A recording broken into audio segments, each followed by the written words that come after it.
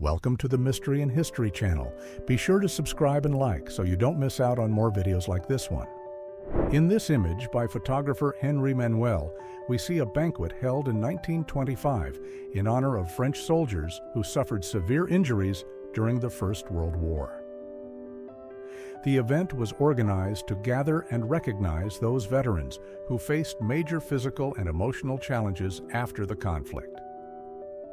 Many of those present had undergone medical procedures and reconstructive surgeries and were known as gueules cassées, an expression that referred to those with visible facial scars. Dr. Harvey Cushing, considered one of the pioneers of modern neurosurgery, recorded a series of striking portraits of his patients in the early 20th century.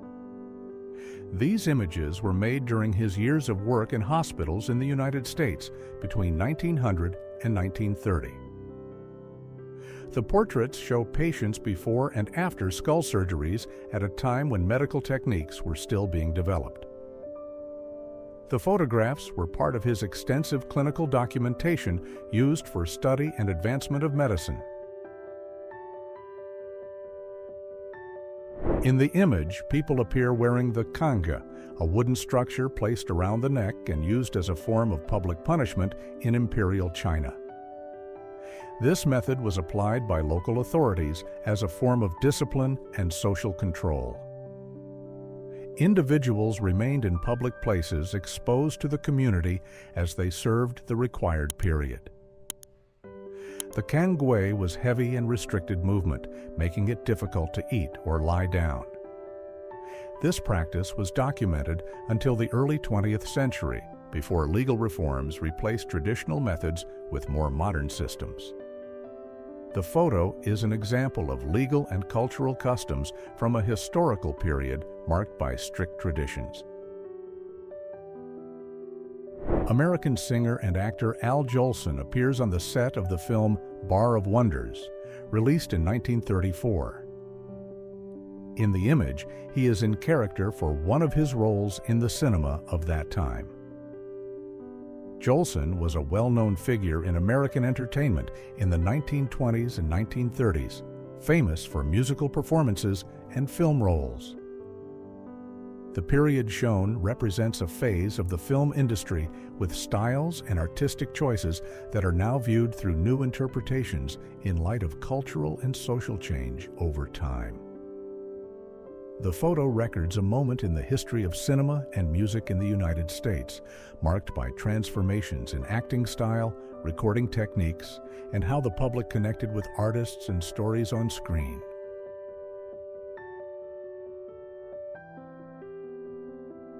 Around 1982 or 1983, a person dressed in traditional clothing protested against swimsuits considered daring at Daytona Beach in Florida. The image, captured by photographer Keith McManus, shows a contrast between older values and the cultural changes of the time. The beach was a popular spot, especially during school breaks, drawing young people and tourists. The protest drew attention because it reflected the debate between conservative customs and individual freedom of expression in clothing and behavior.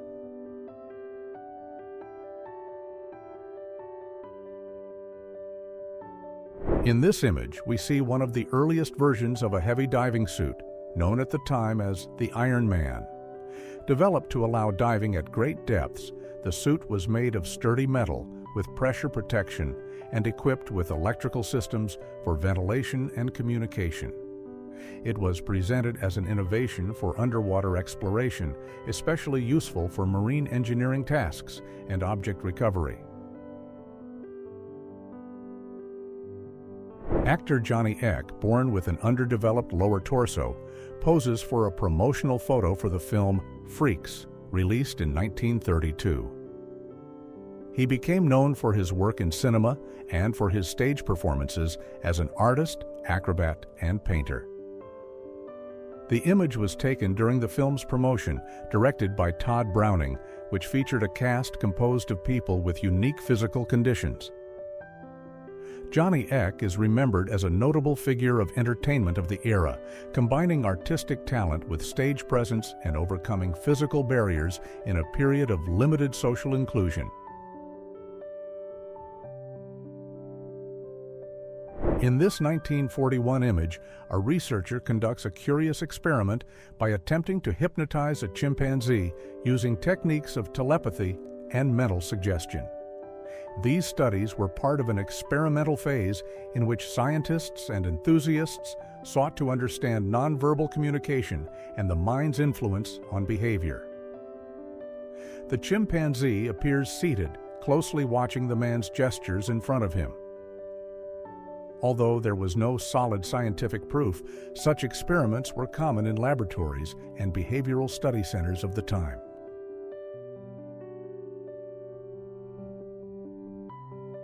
In the image, test pilot Robert Corder makes a flight with an experimental rocket belt, also known as a jetpack. The test was part of experiments conducted by American engineers to explore the possibility of individual flight with compact equipment.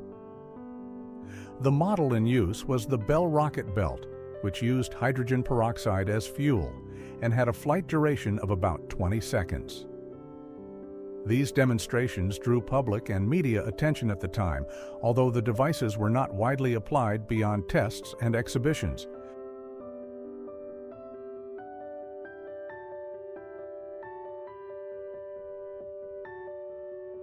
In this photo, Igor Guzenko hides his face during an interview given to the Associated Press. Guzenko had worked as a clerk at the Soviet Embassy in Ottawa. In 1945, he decided to leave his post and seek protection in the West. His act had major international repercussions because he brought documents that revealed secret information gathering activities. To ensure his safety, he appeared in public with his face covered, usually using a cloth mask or hiding behind objects. Until 1956, it was common for children in France to receive small servings of wine as part of school lunches. The practice was viewed as culturally normal, especially in regions where wine was part of family daily life. Over time, new guidance about child nutrition and public health led to the end of that tradition in schools. The change reflected a greater concern with the eating habits of new generations and with the school environment. In this 1932 image, women practiced target shooting inside a prison located on Roosevelt Island in New York. The activity was part of an institutional training program under supervision. They appear wearing light-colored clothing and aiming at targets fixed on an interior wall.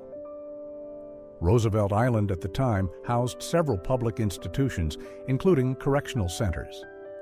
This record shows an initiative focused on discipline, focus, and skill development in a controlled environment.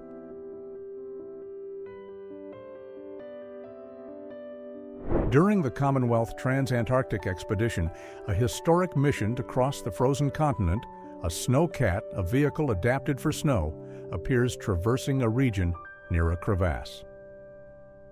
The expedition was carried out between 1955 and 1958 with the goal of crossing Antarctica overland for the first time by passing through the South Pole. The use of the snowcat was essential for transporting equipment and scientists across extreme and unstable terrain. In this striking photograph, a rider jumps with his horse over a table where military officers are seated in a moment clearly staged for training or demonstration. The scene was recorded in an open field with military buildings in the background, indicating a military academy or army-based setting. This kind of demonstration was common in cavalry schools, such as those in the United States or Europe, and it served to show the control, precision, and courage of the riders and their horses. During the 1940s, German soldiers were frequently photographed using Zundap motorcycles, known for durability and versatility on varied terrain. These vehicles were used mainly for rapid transport, communication, and patrols on roads and in rural areas. The image shows two service members in motion with helmets and standard uniforms of the time traveling on an unpaved road. The most common model was the Zundap KS 750, equipped with a sidecar and three-wheel drive designed to endure long distances. This motorcycle stood out for advanced engineering and is still recognized today as an example of functional design applied to ground transport.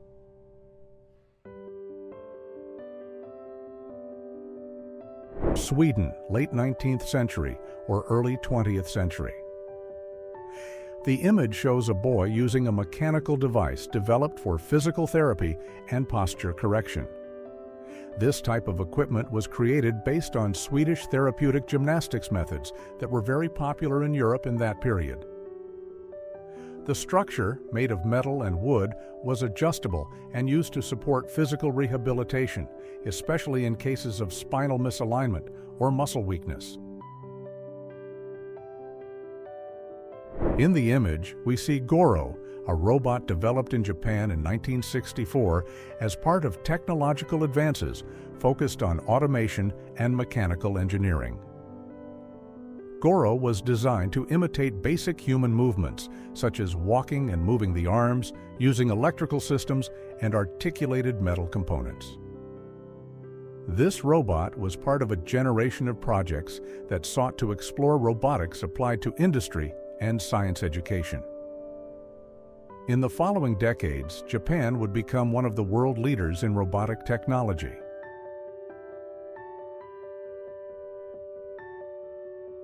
Tinker the Robot, created around the mid-20th century, was an example of how technological progress and fascination with automation began to influence toys, fairs, and educational demonstrations.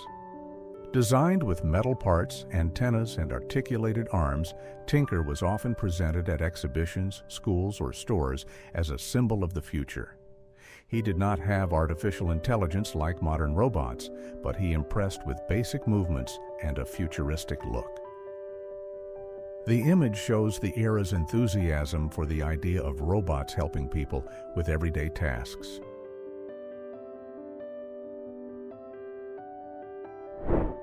Indonesia. Before 1927. In this image from the Tropen Museum collection, a telegraph operator is shown at work, operating a communications device in a telegraph station. The photo was taken before 1927, during the colonial period in the Dutch East Indies, present-day Indonesia. The telegraph was one of the main means of long-distance communication, used to transmit messages by coded electrical signals. The job required concentration and precision, since the messages were sent in Morse code and received by operators in other locations. At the 1908 Olympic Games held in London, women took part in archery in the event known as the National Round. This was one of the few disciplines open to female participation that year. The athletes competed outdoors, wearing long clothing typical of the era, with full concentration and firm posture. The event marked a significant step forward in the inclusion of women in modern Olympic sports. Although the female presence was still limited, archery served as a gateway for future participation. The 100-meter dash at the first modern Olympic Games was held at the Panathenaic Stadium in Athens in 1896. This competition marked the official beginning of modern Olympic track races, bringing together athletes from different countries to contest speed on a short track. It was one of the most anticipated events, drawing a large audience. The winner was the American Thomas Burke, who completed the race in approximately 12 seconds. He used a starting position unusual for the time, with his knees on the ground, a technique that later became standard. In 1924, during the Olympic Games held in Paris, France, the first Olympic village in history was created. Located in Colombes on the outskirts of Paris, this complex was organized to host international athletes in one place, offering dormitories, dining areas, and common spaces. Before that, competitors stayed in hotels or private homes scattered around the city. The creation of the village brought more organization and practicality to the Games, allowing athletes to focus better on their events.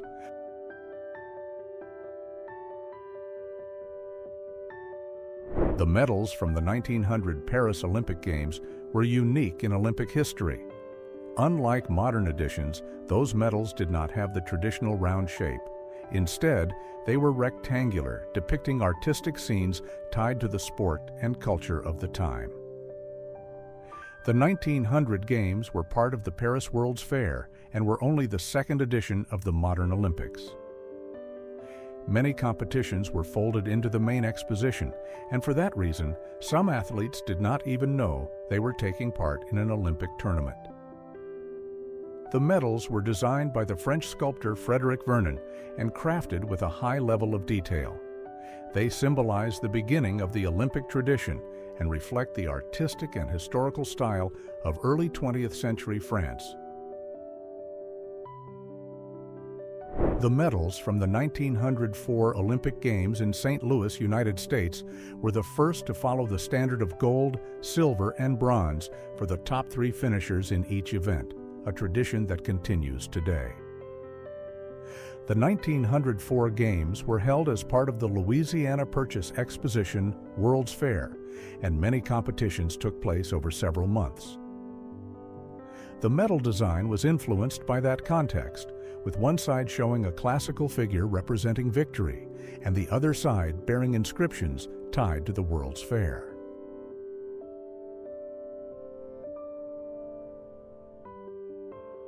During the 2016 Olympic Games held in Rio de Janeiro, Jamaican sprinter Usain Bolt competed in the semifinal of the 100-meter dash, one of the most anticipated races of the event. In the image, he appears with his confident expression and characteristic stride, controlling the track with speed and command. The race took place in the Olympic Stadium before thousands of spectators. Usain Bolt advanced comfortably to the final, where he would win another gold medal, strengthening his place as one of the greatest athletes in the history of track and field.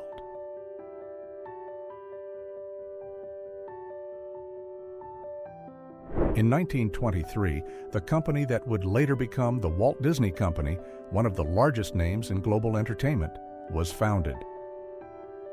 The company began as a small studio called Disney Brothers Studio, created by brothers Walt and Roy Disney.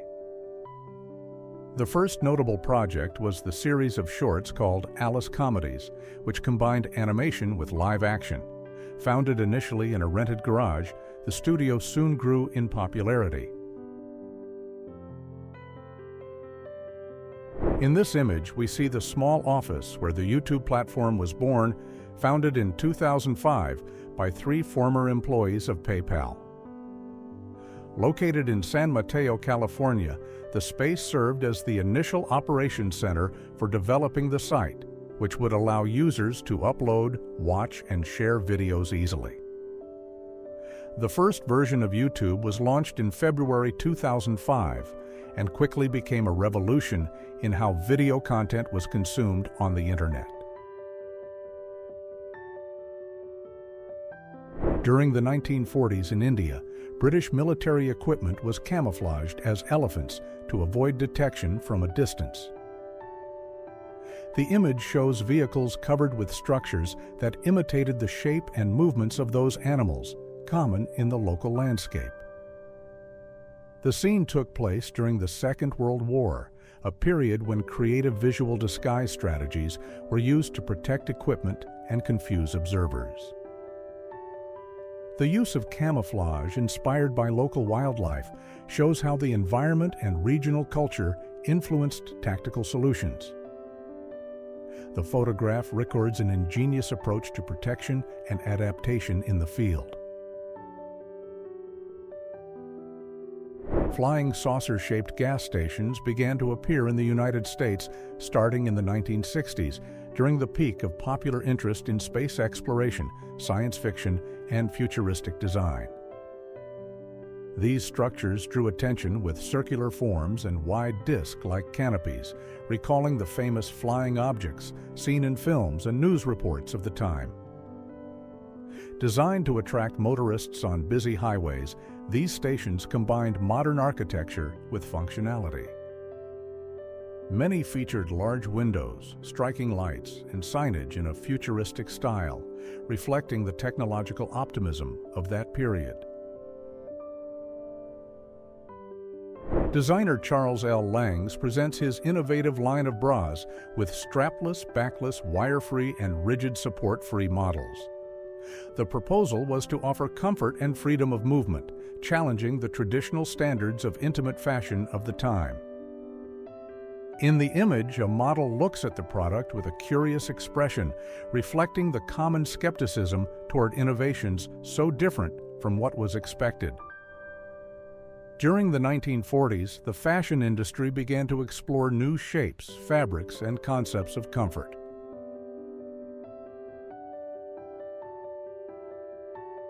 In this image, women ride Meister brand motorcycles around the 1940s. The motorcycles were compact with functional design and gained popularity among different audiences, including women seeking individual mobility during a period of social change. They appeared dressed in practical clothing suitable for urban use and daily commuting. The Meister brand built affordable and reliable motorcycles that were widely used in Central Europe before and after the 1940s.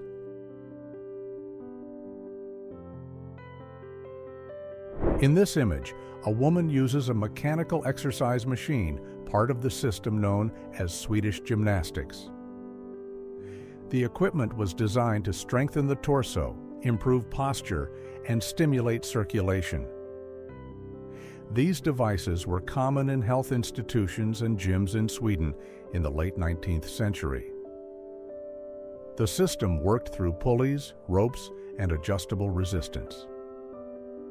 The practice was aimed at physical well-being, especially among women of the time.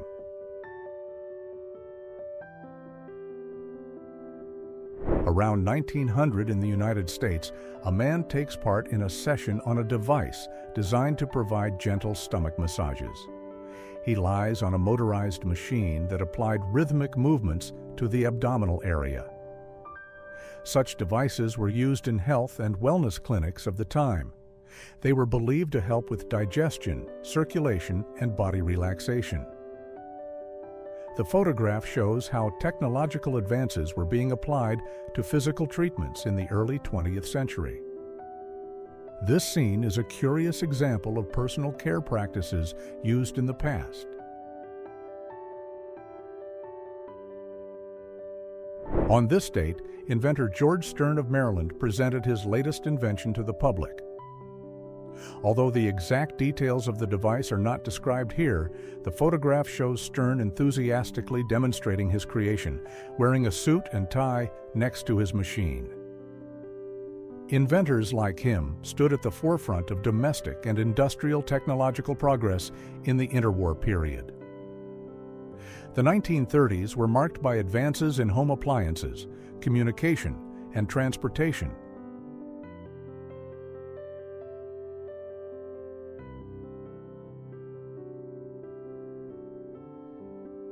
During the 1900 Olympic Games held as part of the Paris World's Fair, track and field athletes from the United States took part in several events, including races, jumps, and throws.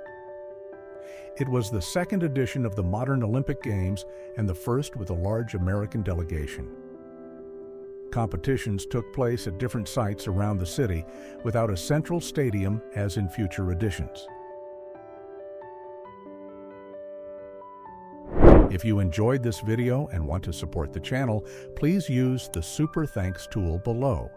Your contribution helps us keep bringing you amazing historical content. Thank you so much for your support, and see you in the next video.